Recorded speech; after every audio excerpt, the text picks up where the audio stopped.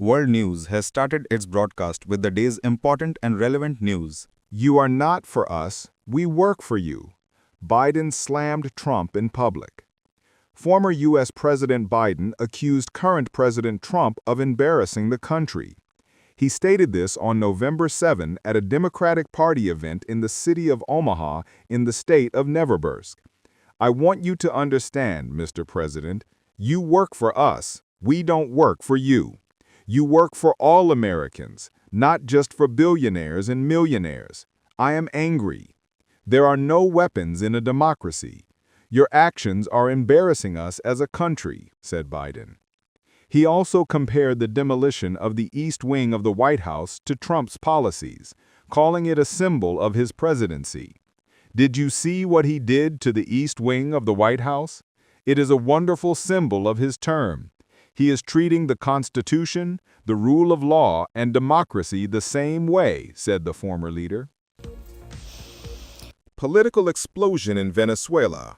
Maduro is ready to resign if the U.S. grants amnesty to him and his subordinates, rescinds the reward set for his capture, and guarantees a comfortable life in exile. The Atlantic magazine reported this on November 6th, citing sources familiar with the sentiments within the Venezuelan leadership. According to the sources, Washington representatives are discussing the possibility of Maduro's controlled departure in exchange for security guarantees for him and his close associates. If there is sufficient pressure and the offer is attractive enough, all options can be discussed with Maduro. The Atlantic quoted a source involved in the negotiations. A few days earlier, U.S. President Donald Trump had opined that Nicolas Maduro's days as head of state were numbered. At the same time, he had expressed doubts about the possibility of a U.S. war with Venezuela. Maduro, meanwhile, stated that the drug trafficking accusations leveled by the Trump administration are being cited as a pretext to force regime change in Caracas and to seize Venezuelan oil. A final blow to negotiations. The West's new arms shipment is undermining peace. The Russian Ministry of Defense is monitoring the weapons being supplied to the Kyiv regime by Western countries. This was announced by Maria Zakharova, the official representative of the Russian Ministry of Foreign Affairs. Of course, our Defense Department is monitoring the weapons flowing to the Kyiv regime from various Western coalitions. We are also reacting to this based on information from the Ministry of Defense, she said during a briefing. Zakharova was responding to a Bloomberg report that the United Kingdom had delivered a new batch of weapons to Ukraine. The publication wrote on November 3rd that Britain had supplied Ukraine with a new batch of Storm Shadow cruise missiles. Russia considers the supply of weapons to Ukraine an obstacle to agreements, a factor drawing NATO countries into the conflict and playing with fire. Russian Foreign Minister Sergei Lavrov noted that any weapons cargo destined for Ukraine would become a legitimate target for Russia. The Kremlin also stated that Western arms supplies to Ukraine do not help negotiations, but rather have a negative impact.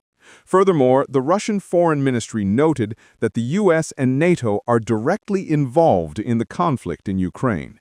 This is being carried out not only through sending weapons, but also by training Ukrainian troops on the territory of Great Britain, Germany, Italy, and other countries. Has a new nuclear crisis begun? Iran has issued an open threat against Trump.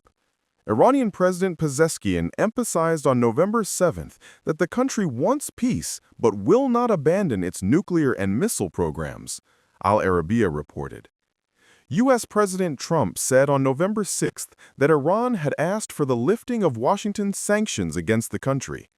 We are ready to negotiate within the framework of international rules and regulations, but if they tell us you cannot have a nuclear program, you have no right to defend the country with missiles, and otherwise we will bomb you, we do not agree to this, Pezeshkian said. Iran has repeatedly rejected the possibility of negotiating its defense capabilities, including its missile program and the idea of abandoning any uranium enrichment on its soil. We want to live peacefully and securely in this world, not to be humiliated. They cannot force upon us what they want. They supply weapons to Israel, but they tell us no defensive missiles. Then they will bomb us if they want, Pezeshkian said. Tehran and Washington held 5 rounds of nuclear talks in June before the 12-day war between Iran and Israel. Israel views Iran as a threat. Tehran, however, sees its ballistic missiles, which can reach up to 2,000 kilometers, as an important tool against the U.S., Israel, and other regional adversaries. Orban's mysterious statement: if one or two issues are resolved, the war will end. Russia and the U.S. only have 1 or 2 issues left to resolve to align their positions on the conflict in Ukraine and to hold a meeting between Presidents Putin and Trump in Budapest. Hungarian Prime Minister Orban expressed this opinion. In the process of American-Russian negotiations, there are 1 or 2 unresolved issues remaining.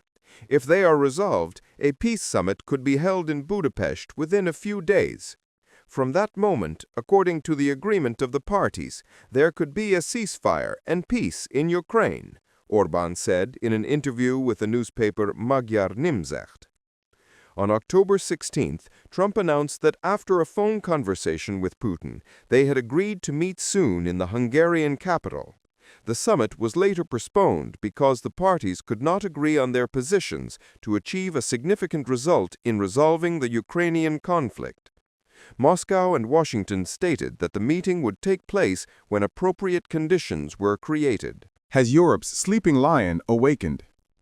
Germany's defense minister, Pistorius, has announced a large-scale reform of the country's armed forces, the Bundeswehr, and called on his subordinates to make important decisions boldly.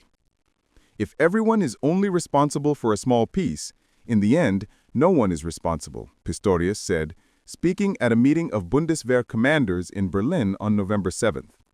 In his assessment, the war in Ukraine is not the limit of Russia's expansionist ambitions.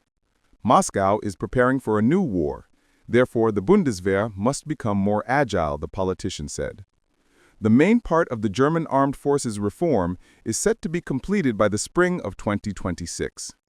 Pistorius emphasized that the main essence of the reform consists of changing personnel policy, logistics, material technical supply, and infrastructure.